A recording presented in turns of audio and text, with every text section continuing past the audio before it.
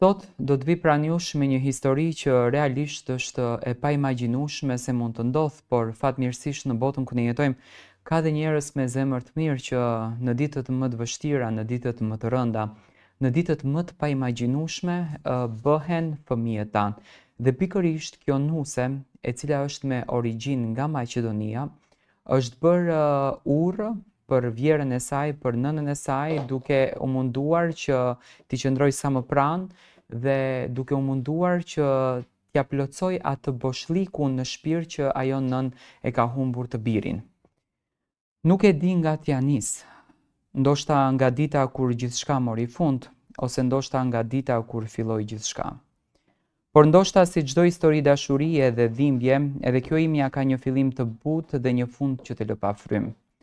Unë jam një grua që jetoj me kujtimin e një dashurie të shenjtë dhe me detyrimin e një zemre që s'ka mundur kur të dorësohet. Isha vetëm 20 vjeç kur e njoha burrin tim, Arditin. Ai ishte ndryshe nga të tjerët, jo për fjalët e bukura, jo për premtimet, por për mënyrën se si të shihte dhe si të dëgjonte. Kishte atë shikimin që të bënte të ndjeje se ishe e sigurt, se ishe të paktën në vendin e duhur. Ai jetonte me nënën e tij, një grua e fortë, e veçuar prej vitesh.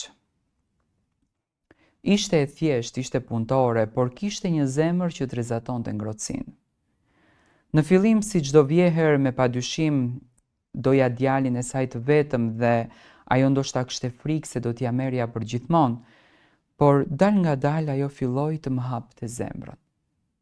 Në darka qeshnim bashk, bënim biseda të gjata për jetën, për sakrificat e saj dhe për djalin që i kishte mbetur i vetmi kuptim pas vdekjes së burrit. Arditi është gjithë çka kam, më tha një mbrëmje. Kujdesu për të, ashtu siç do doja unë të kujdesej dikush për ty. Nuk e dija atëherë se sa shumë do të më rëndonin ato fjalë më vonë. U martuam pas 2 vitesh dashurie të pastër. Ishte një dasëm e vogël, por me zemër të madhe. Ai më pa në sy dhe më tha: "Unë nuk premtoj pasuri, por të premtoj që kur s'do t'jesh e vetme." Dhe e mbajti fjalën. Derisa jeta ja mori mundësinë ta mbante mëtej. Shtëpia jonë ishte plot me dashuri, mëngjese me aromë kafeje, me zëra që qeshnin me ëndra për fëmijë. Unë dhe nëna e tij gatuanim bashk, qeshnim ndonjëherë, grindeshim për ndonjë gjë të vogël, por gjithmonë pajtoheshim në darkë. E quaja nën, e jo vjerë.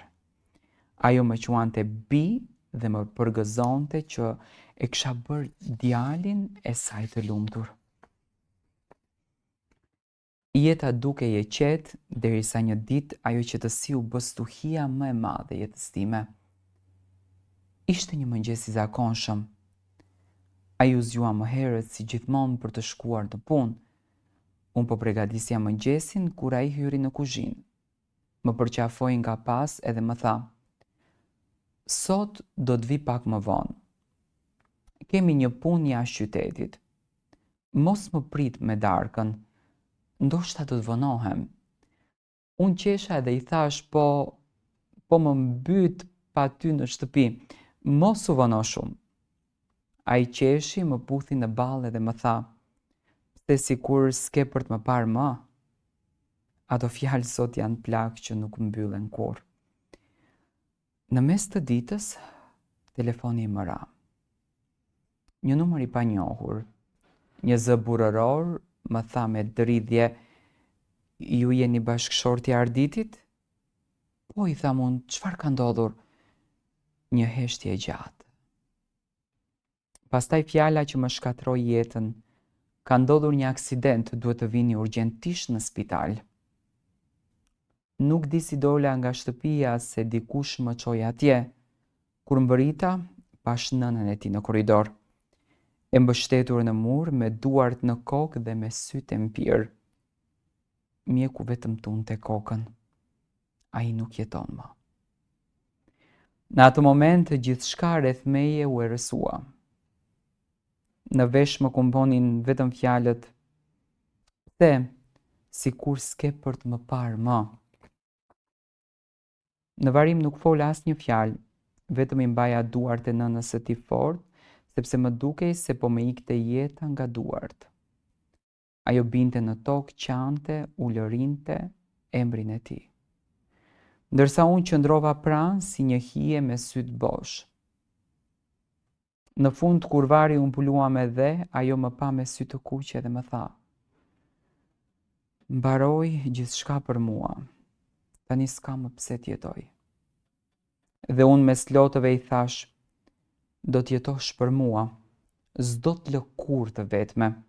Ta premtoj këtë gjë." Pas varimit, shtëpia jonë u bë një varë më vete. Çdo qosh mbante aromën e tij.